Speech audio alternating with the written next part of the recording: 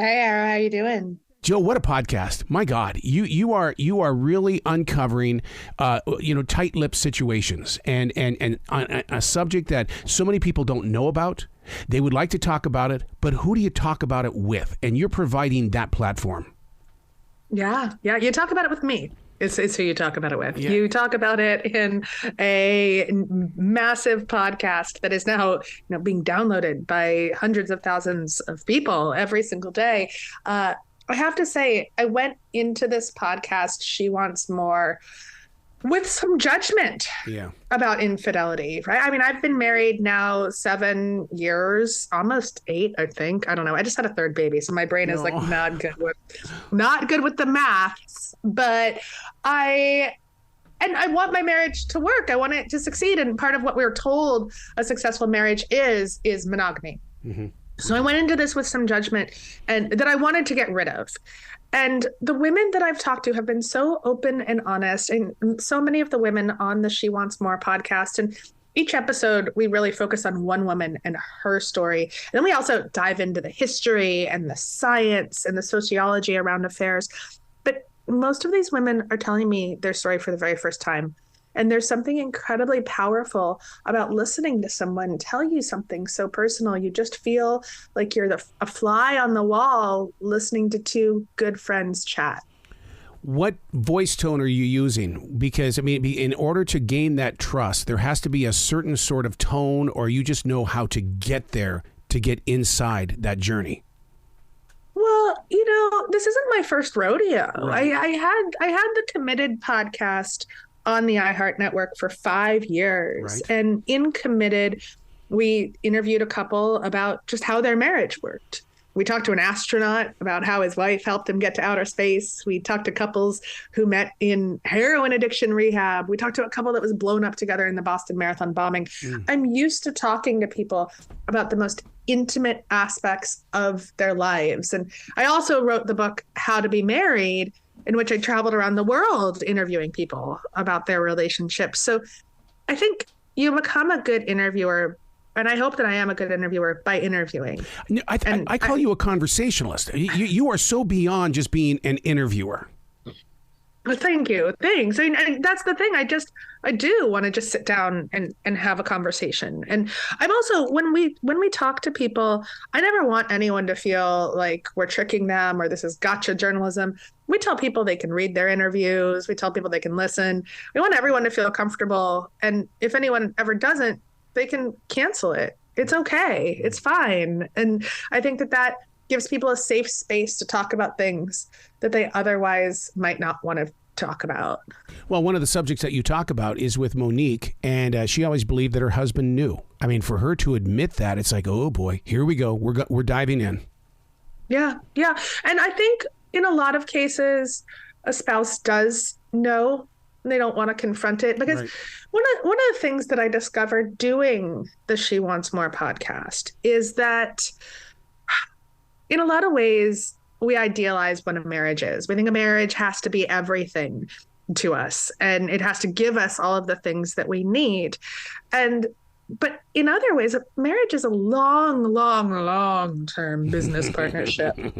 You are investing together, you own things together, you are raising children together, and that is not necessarily going to give you what you need emotionally or physically. And maybe that's okay. And so a lot of the women that I talked to said, I don't want to leave my husband, because I think that comes up a lot when I tell people that I did this podcast. They're like, well, just get divorced. People don't want to get divorced. Divorce is a pain in the ass. It's expensive. It's emotionally expensive. And a lot of people really, really like their partnership, but they do want something else. And we've been told for a long time, you can't have anything else outside your marriage. You can only have this. Once you take your vows, you can't get emotional support. In a lot of cases, you can't get emotional support from a man. You can't get physical things from another person. And I don't know. I'm the first to say that I don't know what any of this means, but I do think we should examine who created what we believe about marriage, monogamy. Yeah, I've always thought it was my mom and dad, and at the same time, was it somebody else in the community? And you talk about it being long term. I'm at 30 years, and the one thing that we're growing into now is how to grow old together. I mean, we already did the adventuresome stuff, raising kids and having grandkids, and the growing old stuff is now slow the hell down and start listening to your body.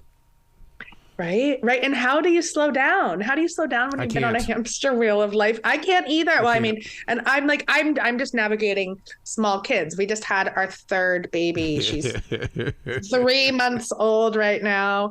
And we have a 5 and a 3-year-old as well. So yeah, we're like really in the thick of it.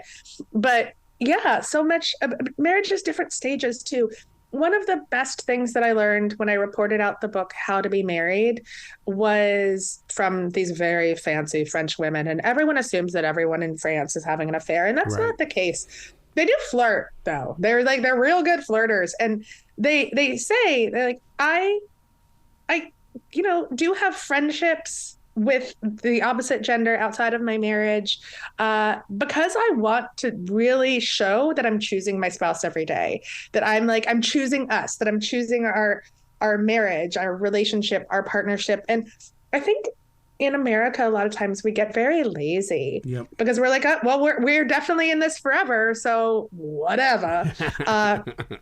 Instead of actively choosing your spouse, and there's so much out there. I have this other podcast, Under the Influence, about social media, and there's so much that's trying to teach me how to be a good mother, and there's nothing about how to nurture your marriage or relationship until it gets bad. And what if it's just like normal and you just want it to be like even better on a daily basis? Like I don't think that we talk nearly enough about nurturing our marriage. And maybe like I said this, but it's so interesting.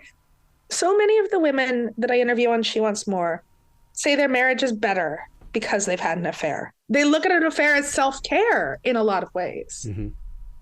Look at Katie, though, but she had to move to a different city. I get that because I did too, from Billings to Charlotte, and it was because of that junk. Yeah.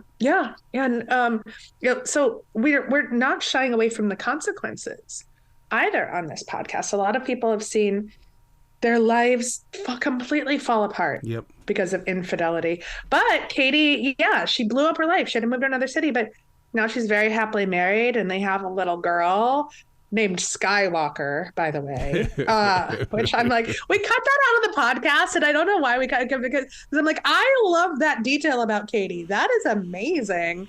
So yeah, I think there's a lot of aspects of infidelity that we don't talk about because we're scared. I had one friend yesterday, I was having lunch, and I was like, oh, have you listened to my new podcast? And she's newly married, and she's like, no, because like the D word, I'm like, I'm worried that if we listen to it, we'll bring it on us. And I'm like, I think that there's so much to learn from listening to other people's stories. I take something away every time I hear about someone's relationship, whether it's good or bad. Well, that's creating the conversation. That right there, when you say nurturing, my God, do you not see this as a tool for that? Because you're creating the open door. And exactly. I'm just trying to create a space for people to be open and honest and talk about this without judgment. And I will say, I went into the podcast with judgment, and I came out of it so much more open-minded. Wow. Well, let's open that door in the way of, do you think that internet porn has opened the door for a lot more affairs? Because to me, I mean, I don't want to sound like a Christian or anything like that, but I do believe that's a truth.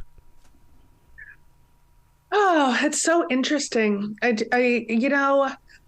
don't know if that has opened the door, or maybe it has closed the door, right? Because maybe someone is getting what they want from that. What I do think has opened the door to more affairs is just technology in general. And just the fact that it is, and think about if you used to have an affair before the internet. The person that you're having an affair with, you probably met them through work or through church or just in your neighborhood, like another school parent. Like there had to be in-person collisions, often at work conferences.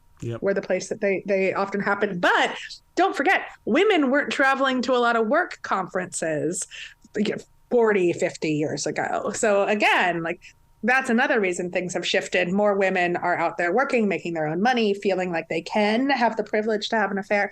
But now that the internet exists, you can meet someone at any time. You can meet someone while your spouse is laying in bed next to you. Oh, and we talked to one woman who carried on a whole affair where they never actually hooked up. It's just on her phone and her spouse is in bed next to her and she's getting these filthy text messages.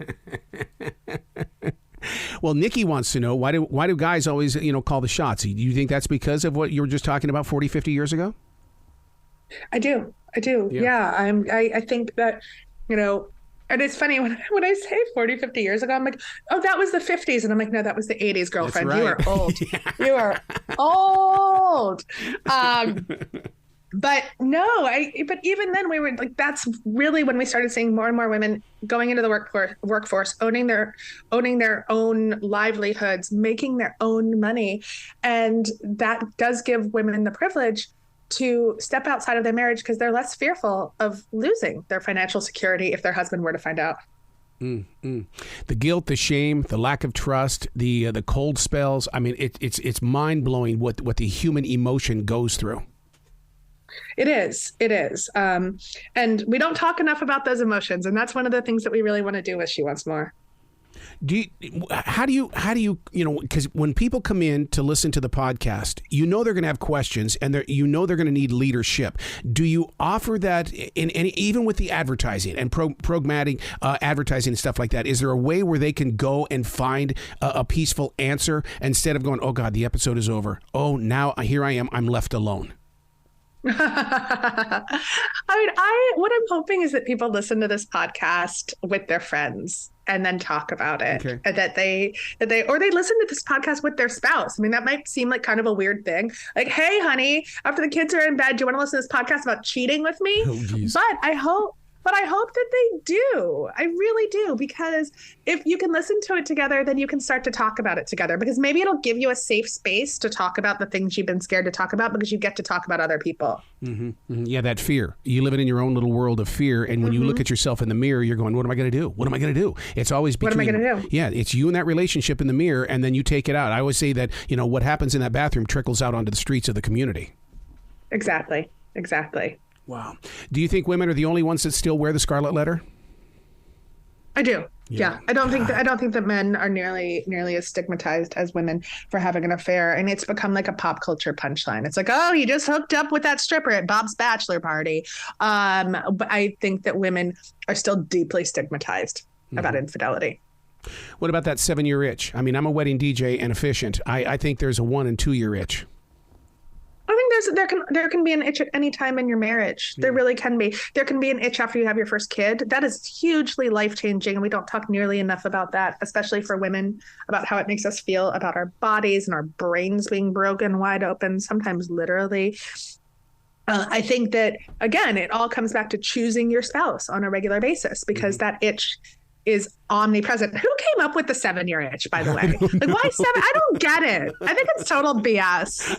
I think whoever came up with the 7-year itch is a man who wanted to have an affair after he had been married for 7 years. Yeah. And he's like, oh, there's an itch now.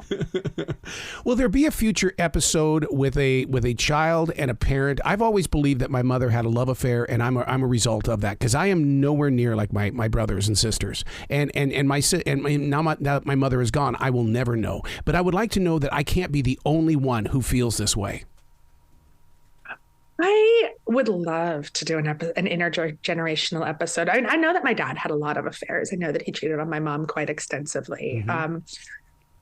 One of my earliest memories is my mom just like throwing him out of the house for cheating with a woman named Rhonda. Ooh. So the name Rhonda has like always stuck in my head as like a terrible witch of a woman. I'm sure Rhonda was actually like a really nice lady. But that would be really interesting. And I didn't think of that. I'm so glad that you planted that in my brain, because to talk about that intergenerational nature of what that does to you would be great. So Rhonda is your Jolene to Dolly Parton. Exactly. Oh my God. Except Jolene is much more lyrical. What have you personally learned from being this open door? Because I mean, as a communicator, I mean, it's like you know that you're being used as a tool. Yeah, it's true. It's true. But I've always thought that was kind of my purpose, is to be the conduit through which people can tell their stories and share their stories more openly and honestly. Do you have to sit down with editors, or do you get to be in control of the editing? Because, I mean, there are certain things that happen in a podcast that I know go onto the floor, and, you know, you have to go through that little moment of thought going, do I really need to get rid of it? What? Oh, I want to keep it, but...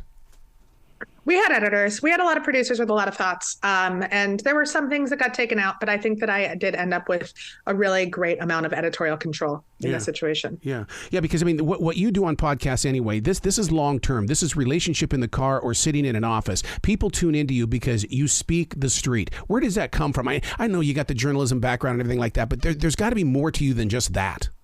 No, it's because I'm from Philly, man. I mean, right? The greatest city, the most honest city in America. I was a journalist in New York City for 13 years, and I did all the fancy media, SHIT. And I'm always on the radio. I'm like, how much can I curse? Yeah. And I know that I can't, so I'll spell it out. But yeah, people from Philly, we are like down home. We are real. We are outside of this like normal media bubble. And I moved home. I like when I wanted to raise my kids, I moved back here. And I think also people in Philly talk to each other about everything. You can just walk down the street and people will just speak their mind to you for better or worse. And I really think that that's why I have become such a good conversationalist. It's because I'm from this wonderful, sometimes broken and sometimes incredibly rude city. Well, I've always believed that the people of Philly, if they're not talking about it, they're singing about it. You're still going to hear about it. Truth. I mean, oh my God. You should have seen us the 2 weeks between the NFC Championship and the Super Bowl. It was like Pleasantville here. Everyone was walking down the street. We're like, go Birds, go Birds. And also with you, go Birds. I mean, yeah. It's a special place. Special. We got a soul. Where were you at when you decided that it had to be real women and it had to be different ages? Because, I mean, that's a big choice and that's a big step.